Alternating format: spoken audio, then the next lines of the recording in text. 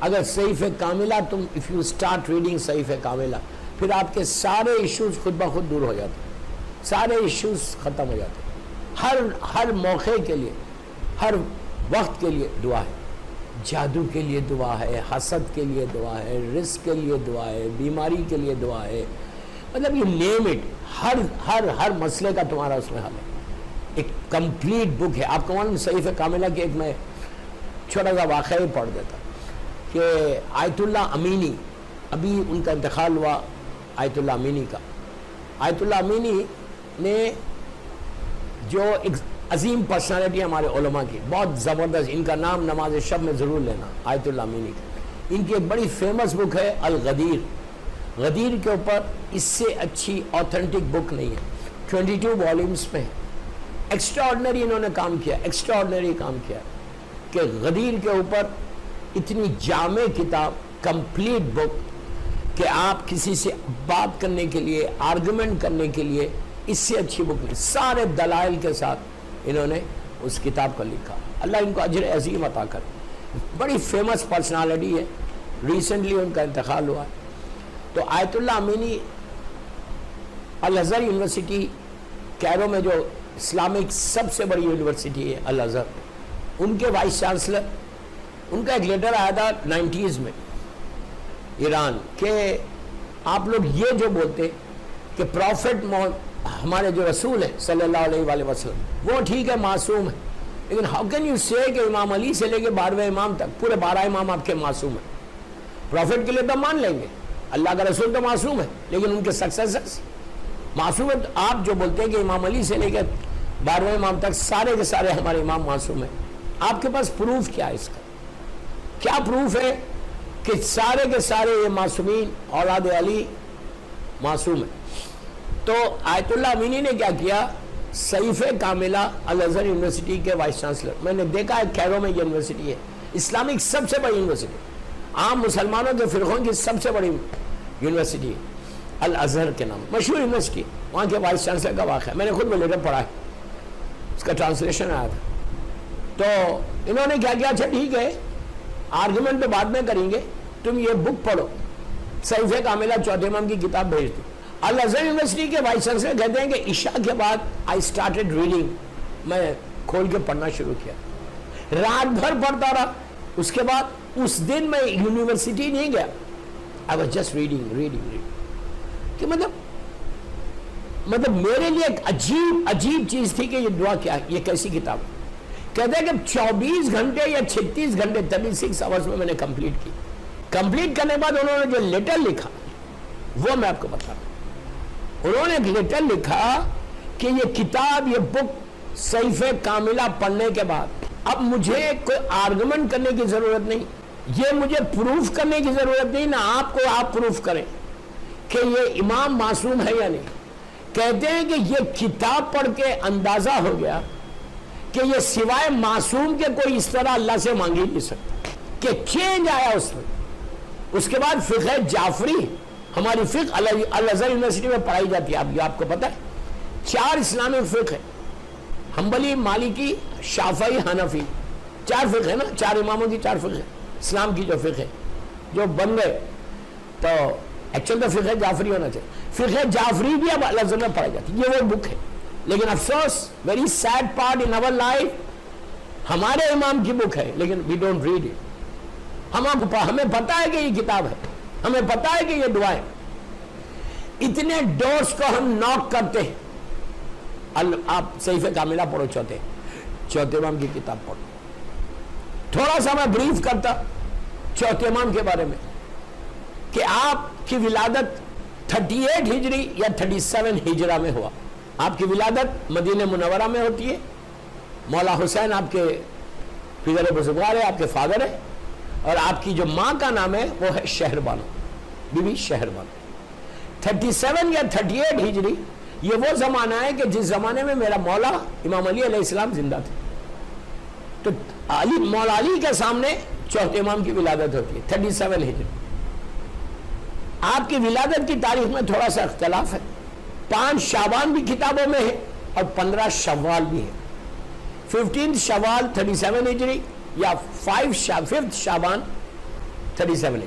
اس میں کوئی اختلاف ہمارے پاس نہیں ہے, ٹھیک ہے, دونوں تاریخیں. ولادت مدینہ منورہ میں, اور آپ کی ماں کا نام جناب شہربانو. شہربانو آپ ایران کی سے آئی تھی, رائل فیملی سے آپ کا تعلق ہے, مولا حسین سے آپ کا نکاح ہوا تھا.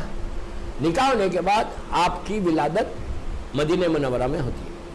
آپ کی ماں کے بارے میں یہ ہے, جناب شہربانو کے بارے میں یہ ہے کہ جناب شہربانو جب چوتھے امام کی ایج 1 سال یا 2 سال کی ہوئی, جناب شہربانو کا انتقال, آپ کی ڈیتھ مدینہ منورہ میں ہوگی. میں ہسٹری کا ایک ہلکا سا اسکیچ پیش کر رہا ہوں, اس لیے کہ ہم کو معلوم بھی ہونا چاہیے کہ ہمارے امام کی ماں کون ہے, ہمارے امام کے بابا کون ہے. بابا تو سب معلوم ہے, لیکن والدہ کون ہے. 40 ہجری یا 39 ہجری میں چوتھے امام جب بالکل انفینٹ تھے, آپ کا انتقال ہو گیا. آپ کے ساتھ جناب شہربانو کے ساتھ 2 کنیزیں بھی آئی تھی ایران سے. ایک کنیز یہی رہ گئی مدینہ منورہ میں, چوتھے امام کو ظاہری طور پر ریس کرنے میں اس نے بڑی مدد کی, اور امام اس کنیز کا بڑا احترام کرتے تھے, ماں کی طرح احترام کرتے تھے. کئی واقعات ہیں ایسا احترام کرتے تھے ماں کے جیسے. اس نے دیکھو امام کو ریس کرنے میں, امام کی پرورش کے لیے وہ دنیا والوں کا محتاج نہیں ہوتا, لیکن ظاہری طور پہ ریس کرنے کے لیے اس کنیز نے بڑا ہیلپ کیا تھا. ساتھ رہتی تھی, اس لیے کہ جناب شہربانو کی کنیز تھی اور جناب شہربانو کا انتقال ہو گیا تھا, تو آپ جو ہے ریس کرنے میں اس کنیز نے بڑا کام کیا. اور امام اتنی ریسپیکٹ کرتے تھے, اتنی ریسپیکٹ کرتے تھے کہ بالکل جیسے ایک ماں کی ریسپیکٹ کرتے نا, ویسی ریسپیکٹ. ایک چھوٹا سا واقعہ ہے, یہ ماں باپ کی اطاعت کیا ہے اس کے لیے بہت اچھا میسج ہے. جب کربلا کے بعد مولا واپس آئے تو جب بھی 1 میل مولا لیتے تھے, بس افطار یا سحری, افطار لیتے تھے. تو مولا کا طریقہ تھا کہ فیملی ممبرز کے ساتھ بیٹھ کے کھانا کھاتے تھے, لیکن کبھی بھی اس کنیز ماں کی طرح احترام کر رہے, ریسپیکٹ کر رہے, لیکن کبھی کھانا نہیں کھاتے تھے سب. تو فیملی کے لوگوں نے کہا مولا آپ اتنا ریسپیکٹ کرتے ہیں اس بیوی کی, لیکن کبھی آپ کھانا نہیں کھاتے سب. ہم نے آپ کو آج تک نہیں دیکھا کہ اپنی ماں کے ساتھ بیٹھ کے کھانا کھائے. ظاہری ماں نہیں ہے, آپ کی ماں جناب شہربانو ہے, آپ کا انتقال ہو گیا. تو اس وقت امام کا جملہ سننا یہ ہم سب کے لیے ایک پیغام, ایک کمپلیٹ میسج ہے. دیکھو وہ امام ہے لیکن ایک میسج دے رہا امام. کیا میسج دے رہا؟ جب لوگوں نے کہا کہ مولا آپ ساتھ کیوں نہیں کھاتے کھانا, تو اس وقت چوتھے امام کا جملہ پھر بول رہا, ماں نہیں ہے, ماں ریئل مدر نہیں, لیکن اس کی ریسپیکٹ دیکھو ماں کی طرح کیسے کر. ماں امام کہہ رہے کہ میں اسی لیے نہیں کھاتا کہ کہیں ایسا نہ ہو, امام بولتے کہیں ایسا نہ ہو کہ ماں سامنے روٹی ہے, ماں کا ہاتھ بڑھنے سے پہلے میرا ہاتھ بڑھ جائے اور میں وہ روٹی لے لوں. میں نہیں چاہتا کہ کوئی ریسپیکٹ آف مدر میں, فادر میں مجھے کوئی مسئلہ ہو جائے, کہ امام کو ہوگا مسئلہ جبکہ ماں بھی نہیں ہے, لیکن ریسپیکٹ بتا رہے کہ تم اپنی ماں کی ریسپیکٹ کیسے کرنا چاہیے. آج ہم کیا کر رہے ہیں, ہم ماں کے سامنے اپنی آواز کو ریس کرتے, ماں کو بولتے او یو ڈونٹ نو. یہ بدترین گناہوں میں سے گناہ ہے. ساری عبادتیں ایک طرف ہو جائیں گی, ساری عبادتیں. اگر if you don't respect your parents, if you don't respect your mother, ختم, زندگی ختم ہے. یہ کبھی مت سمجھو کہ تم لائف میں کچھ گرو کرو گے, یہ کبھی مت سمجھو کہ اللہ تمہارے اعمال کو قبول کرے گا. وہ شخص کبھی بھی ہمیشہ پرابلم میں رہتا جو ماں کی ریسپیکٹ نہیں کرتا, باپ کی ریسپیکٹ نہیں کرتا. ماں کی دعا سب سے بڑی دعا. ماں اگر دعا کر دے تو اولاد کے لیے اس سے بہتر کوئی عمل. ہم اگر تمہاری ماں زندہ ہے, میری ٹاپک نہیں ہے لیکن میں آپ کو 5-10 منٹ بتا رہا آپ کو کہ ماں کی ریسپیکٹ کیا ہے. اگر ماں سامنے, کبھی ماں کو یہ مت بولو کہ یو ڈونٹ نو, تم ایسے نہیں. آج ماں تمہاری ڈیپینڈنٹ ہے تمہارے اوپر, بیکاز شی از اولڈ. حکم کیا ہے, رب ارحمہما کما ربیان صغیرہ, کہ پروردگار تو میرے ماں باپ پہ ایسے رحم کر جیسے انہوں نے بچپنے میں ہم پہ کیا. بچپنے میں جب تم بالکل دنیا میں آئے تھے تم اتنے ڈیپینڈنٹ تھے کہ تمہارے اوپر اگر کوئی اینٹ آ جاتی, چونٹی, تم ہٹا نہیں سکتے تھے. کتنے ڈیپینڈنٹ تھے. پیاس لگتی, کھانے کو بھوک لگتی, تم بتا نہیں سکتے تھے اپنی ماں کو کہ I'm feeling hungry, I'm feeling thirsty. وہ ماں تھی جو تمہارے رونے کو سوچ کے بتا دی تھی کہ اس کی بھوک کی رونا ہے یا پیاس کا رونا ہے. اگر تم کو کوئی تکلیف ہوتی تو تم ماں کو ایکسپلین نہیں کر سکتے تھے کہ میری ہاتھ میں تکلیف ہے یا پیر میں تکلیف. تمہاری بونز اتنے سافٹ تھے, تمہاری اسکن اتنی سافٹ تھی, لیکن وہ ماں تھی تمہاری ہر تکلیف کو دور کری. اس وقت کو اللہ قرآن میں یاد دلا رہا, بسم اللہ الرحمن الرحیم, رب ارحمہما کما ربیانی صغیرا, کہ اے میرے پروردگار تو میرے ماں باپ پہ رحم کر جیسے انہوں نے بچپنے میں ہم پہ کیا. آج احساس ہے, جب دنیا میں آئے تھے کتنے پاؤنڈ کے تھے؟ 7 پاؤنڈز, 8 پاؤنڈز. اگر 8 پاؤنڈ کی کوئی بیبی ہو جاتی, ڈاکٹرز بھی خوش ہوتے ہیں, ماں باپ بھی خوش ہوتے ہیں کہ very healthy baby, very healthy baby. 8 pounds, and now you 70 kgs, 80 kgs کے ہو. یہ کس کی وجہ سے ہو؟ وہ تمہاری ماں باپ کی وجہ سے. اگر ایون آج تم عزاداری کرے سبا میں, سین ہوزے سبا امام بارگاہ میں آ کے مجلس بیٹھ کے سن رہے تو کس کی وجہ سے سن رہے؟ وہ تمہاری ماں تھی جو بچپنے سے تم کو عزا خانوں کو لے کے جاتی تھی. اگر آج میں امام بارگاہ میں بیٹھ کے مجلس سن رہا, اگر میں آج عزاداری حسین کر رہا, اگر آج میں علی علی کر رہا, اگر آج میرے دل میں امام علی کی محبت ہے, ولایت علی ابن ابی طالب علیہ السلام ہے, اگر میں آج عزاداری حسین ماتم کر رہا تو just because of your mother, just because of your mother and father. یہ عابد بن کے جملے نہیں ہے, یہ عابد بن کے جملے نہیں ہے, میرے چھٹے امام کے جملے. چھٹے امام نے کیا کہا کہ جب بھی ہماری محبت, پلیز غور سے سننا, جب بھی ہماری محبت کی ٹھنڈک کسی کے دل میں دیکھو, اس کے ماں کے حق میں دعا, اس کے ماں کے حق میں دعا, باپ کے دو. کیوں؟ وہ ماں تھی جس نے تم کو اور دل میں محبت حسین ڈالی, وہ تمہارا باپ تھا جس نے تم کو حلال رزق کھلایا, خمس دیا, وہ پیسہ دیا, کھلایا, جس کی وجہ سے تمہارے دلوں میں ولایت امیر المومنین آئی. اور آج ہم بھول کے بیٹھے ہوئے, بیکاز ناؤ میری ماں میرا باپ بہت بڑا ہے. یاد رکھو, جس جگہ پہ ماں کی ریسپیکٹ نہیں ہے, جب تک ماں تمہارے درمیان میں, غور سے سننا, میں یوتھ کو بول رہا, اگر تمہارے گھر میں تمہاری ماں ہے تو you are lucky. Luckiest person کون ہوتا؟ جس کی ماں زندہ رہتی, جس کا باپ زندہ رہتا. کچھ اب میں آپ کو بتاتا تھوڑا سا بات نکل گئی والدین کے لیے, چوتھے مان کی طرف سے. اگزامپل, آپ کی ماں ہے, ماں کے سامنے آپ بیٹھے رہو, صرف 5 منٹ, میں بول رہا ہوں, ایگزامپل دے رہا ہوں. حکم کیا ہے؟ خانہ کعبہ کو دیکھتے رہو, خالی اگر تمہاری آنکھیں کعبے کے اوپر ہیں, اللہ ہم کو زیارت نصیب کرے, تو جتنی دیر تمہاری آنکھیں کعبے کے اوپر رہیں گی, اللہ تمہارے گناہوں کو معاف کرے گا, تمہارے اعمال نامے میں نیکی لکھے گا. کعبے کے اندر طواف, نماز سے زیادہ طواف کا ثواب ہے. یہ اس کا مطلب یہ نہیں ہے کہ نماز مت پڑھو, نہیں, ایسا نہیں ہے. جیسے مسجد نبوی میں 1 رکعت کا 1 لاکھ رکعت ثواب, 1 رکعت کا 100,000. نجف اشرف میں ویسی, کربلا محلہ میں ویسی, مسجد خبا میں 1 رکعت نماز کا 1 حج اور 1 عمرے کا ثواب ہے. اسی طرح کعبے میں نماز کا ثواب ہے, لیکن جتنی دیر اگر تم نماز پڑھ لی تھکے ہوئے بیٹھے ہوئے کعبے کے اندر, تو ادھر ادھر مت دیکھو, گوسپ مت کرو, جسٹ کعبے کو دیکھتے رہو. ایسا جتنی دیر تمہاری آنکھیں کعبے پہ رہیں گی تم کو اجر ملے گا. اسی طرح قرآن مجید, قرآن کو کھولو, جتنی دیر تمہاری آنکھیں قرآن مجید پہ رہیں گے, اللہ اس کو تمہارے نیکی میں لکھے گا. اب یہ مطلب نہیں ہے کہ تم خالی دیکھتے رہو, پڑھو مت, میں آپ کو بتا رہا.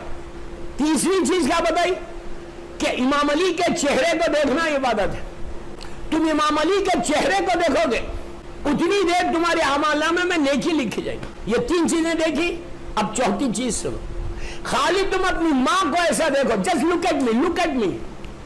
تمہاری ماں بیٹھی ہوئی صوفے پہ, تم سامنے بیٹھے, ماں کو ایسے دیکھتے رہو, ان کے چہرے پہ تمہاری آنکھیں ہونی چاہیے, نگاہیں ہونی چاہیے. ماں ہو باپ ہو دونوں ایک ہی ہے.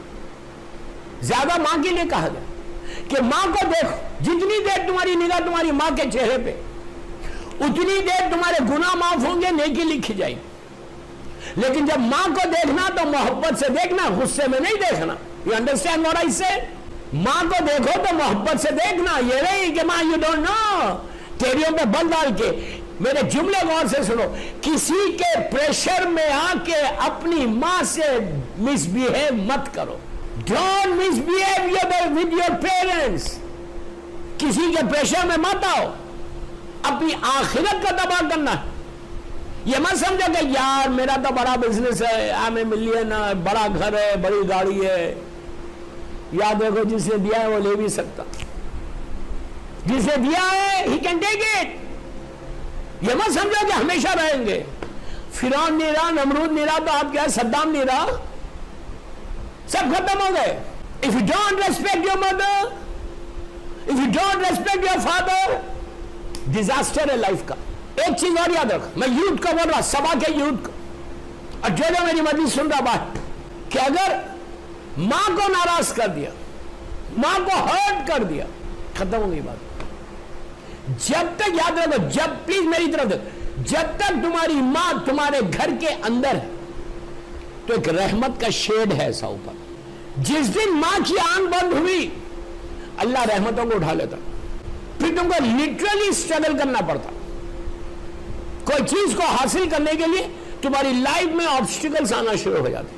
اور میں یوں ہی نہیں کہہ رہا, میں ایسی نہیں کہہ رہا, 1000 حدیثیں ماں کے لیے. اگر ماں کی ریسپیکٹ نہیں ہوگی تو آخری وقت میں کلمہ نصیب نہیں ہوتا, کلمہ نصیب نہیں ہوتا آخری وقت. What do you mean کلمہ نصیب نہیں ہوتا؟ سرکار کے زمانے کا مشہور واقعہ ہے, اللہ کے رسول کے پاس, اور آگے کہنے لگا یا رسول اللہ صلی اللہ علیہ وآلہ وسلم کہ مولا میرا باپ بہت بیمار ہے, پلیز کین یو کم. اللہ کا رسول, خلق عظیم کا مالک, بیماروں کے پاس جانا اخلاق تھے سرکار کے. کیا اخلاق تھے؟ اللہ کا رسول اٹھے, اس کے ساتھ اس کے گھر گئے. جب گھر پہنچے جو دیکھا یہ بندہ ایسا لیٹا ہوا ہے, اب بالکل لاسٹ سٹیج. سرکار سمجھ گئے, اللہ کا رسول سمجھ گئے کہ بالکل آخری سٹیج ہے, جا کے بیٹھ گئے. اللہ کے رسول کون ہے؟ بسم اللہ الرحمن الرحیم, وما ارسلناک الا رحمت للعالمین. اللہ قرآن میں کہہ رہا میرے حبیب ہم نے آپ کو عالمین کے لیے رحمت بنا کر بھیجا. جہاں بیٹھ جائیں وہاں رحمت, رحمت یعنی بلیسنگ. جہاں اللہ کا رسول بیٹھ جائے وہاں سے عذاب اڑ جائے, رحمت ہی رحمت ہے. عالمین کے لیے اللہ قرآن میں بولا ہم نے رحمت بنا کے بھیجا. سرکار گئے اور جا کے اس کی شکل کو دیکھا, پڑا ہوا ہے, بولنا چاہتا ہے, اس کی زبان بند ہو گئی, he can't speak. وہ بولنا چاہتا ہے, he wants to speak but he can't. کیوں؟ اس کی زبان رک رہی ہے. سرکار کو دیکھتے سلام کرنا چاہتا ہے لیکن روتا ہے, سلام نہیں کر سکتا, بول نہیں سکتا. اللہ کے پلیز غور سے سننا, look at me, look at me. اللہ کے رسول نے کہا کہ اللہ کے بندے ہیں, اب دیکھ خدا, کلمہ پڑھ, تیرا آخری وقت, کلمہ پڑھ. جیسے ریسائٹ دا کلمہ, لاسٹ مومنٹ پہ کلمہ پڑھنا چاہیے ورنہ شیطان کا حملہ ہوتا. تو ہی وانٹس ٹو ریڈ, انہیں پڑھنا چاہتا لیکن زبان رک رہی. پھر سرکار نے کہا, اللہ کے رسول نے کہا کہ کلمہ پڑھ. پھر وہ پڑھنا چاہتا لیکن رک رہا. کیوں؟ اللہ کا رسول کون ہے؟ آپ کو معلوم ہے, ابو جہل, ابو لہب, یہ جو ظالمین تھے مکے کے, ان لوگوں نے رسول, اللہ کے رسول کے ہاتھ میں پتھر دیے تھے, چھوٹے چھوٹے سٹونز, اور دے کے بولا تھا کہ یہ سٹونز کو بولا آپ کا کلمہ پڑھو. اسٹارٹنگ میں اللہ کے رسول نے پتھر کو حکم دیا تھا, سنگریزوں کو, تو وہ لوگ کلمہ پڑھنے لگے تھے. جھاڑ کو بتایا تھا, ٹری کو, کہا یہ جھاڑ اگر گواہی دے گا تو ہم مان لیں گے آپ رسول ہیں مکے کی لائف میں. تو اللہ کے رسول نے جھاڑ کو حکم دیا تو جھاڑ بولا. آپ سوچو, رسول وہ ہے, پتھر کو حکم دے تو پتھر بولے, جھاڑ کو حکم دے تو جھاڑ بولے. کہا چاند کے دو بتا, رسول وہ ہے کہ اگر جو بول دے اس پہ لازم ہے بولے. رسول اب کس کو بول رہے؟ انسان کو بول رہے, ان کے مسلمان کو بول رہے, کلمہ پڑھنے والے کو بول رہے کہ بھائی تو کلمہ پڑھ. وہ پڑھنا چاہتا لیکن نہیں پڑھا, زبان رک گئی. اللہ کے رسول نے اس کے بیٹے سے پوچھا اس کی ماں زندہ ہے؟ کہا ہاں ہے, اولڈ مدر ہے. کہا کہ آج کا حکم, پردے کے پیچھے وہ آئی, پردے کے پیچھے وہ آئی, آگے کہا السلام علیکم یا رسول اللہ, کلمہ پڑھ دیے, مسلمان ہے. سرکار سلام علیکم. اللہ کے رسول نے جواب دیا, جواب دے کے اس کی ماں کو ایڈریس کیا, اب اس کو نہیں بولا, سب بیٹھے ہوئے. ماں سے کہا سنو اس کو معاف کر دو, پلیز فارگیو ہم, اس کو معاف کر دو. اس نے کہا یا رسول اللہ میں اس کو معاف نہیں کروں گی, میرے بیٹے کو, اس نے مجھ سے وہ مس بیہیو کیا ہے کہ I can't. تو اللہ کے رسول نے کہا تو معاف کر دے، میں تیرا شافی بنوں گا روز محشر، ڈے آف ججمنٹ میں تیری سفارش کروں۔ اس نے کہا آپ بولے اس لیے اس کو میں معاف کر رہا ہوں۔ جیسے ہی ماں نے کہا اس کو میں نے معاف کیا، تاریخ کا یہ مشہور ترین واقعہ ہے سنی شیعہ ساری بکس میں، کہا میں نے اس کو معاف کیا۔ جیسے ہی کہا معاف کیا، اس کی زبان کھل گئی، اس نے کلمہ پڑھا۔ ماں نے پوچھا رسول سے کہ یا رسول اللہ آپ کو کیسے معلوم کہ میں اس سے ناراض ہوں؟ تو آپ نے کہا اس کے حالت نہیں دیکھتے، اس کا کلمہ نہیں پڑھ سک رہا، شیطان نے غالب کر دیا، دبا دیا تھا، یہ وہ عذاب ہے۔ ایزی مت لو، don't take it easy, don't take it easy, کہ کچھ نہیں ہوتا۔ آج تم کو پتہ نہیں چل رہا، تمہاری ساری دعائیں ایسے رک جاتی، ایسے دیوار آ جاتی سامنے۔ If you don't behave properly with your mother, if you raise your voice, raise your voice. حکم کیا ہے؟ اللہ نے حکم کیا دیا کہ مسلمانوں اپنی آواز کو اپنے رسول کے سامنے ریز مت کرو۔ وہ جاہل تھے عرب جو سرکار کی آواز کے سامنے بڑی آواز سے بات کرتے تھے۔ قرآن میں آ گیا کہ بے مسلمانوں careful, don't raise your voice. جو حکم پلیز جو حکم اللہ کے رسول کے لیے اللہ دے رہا، وہی حکم ماں باپ کے لیے اولاد کو دے رہا کہ تمہاری آواز کہیں ریس تو نہیں ہو رہی تمہاری ماں کے سامنے۔ اللہم اغفر لی رب اغفر لی ولوالدی وللمؤمنین یوم یقوم الحساب، کیا ہے؟ پلیز میں ہاتھ جوڑ کے بول رہا ہوں، I beg you, I beg you۔ اگر آج کی میری یہ تیسری مجلس سبا امام بارگاہ کی، اس سے کوئی ایک لڑکا یا لڑکی بھی اب اگر بول رہا اف مس بیہیو کرتی ہے، اور آج کی میری مجلس کے بعد اگر وہ صحیح ہو گئے تو میری آج کی سبا کی مجلس کامیاب ہوگی۔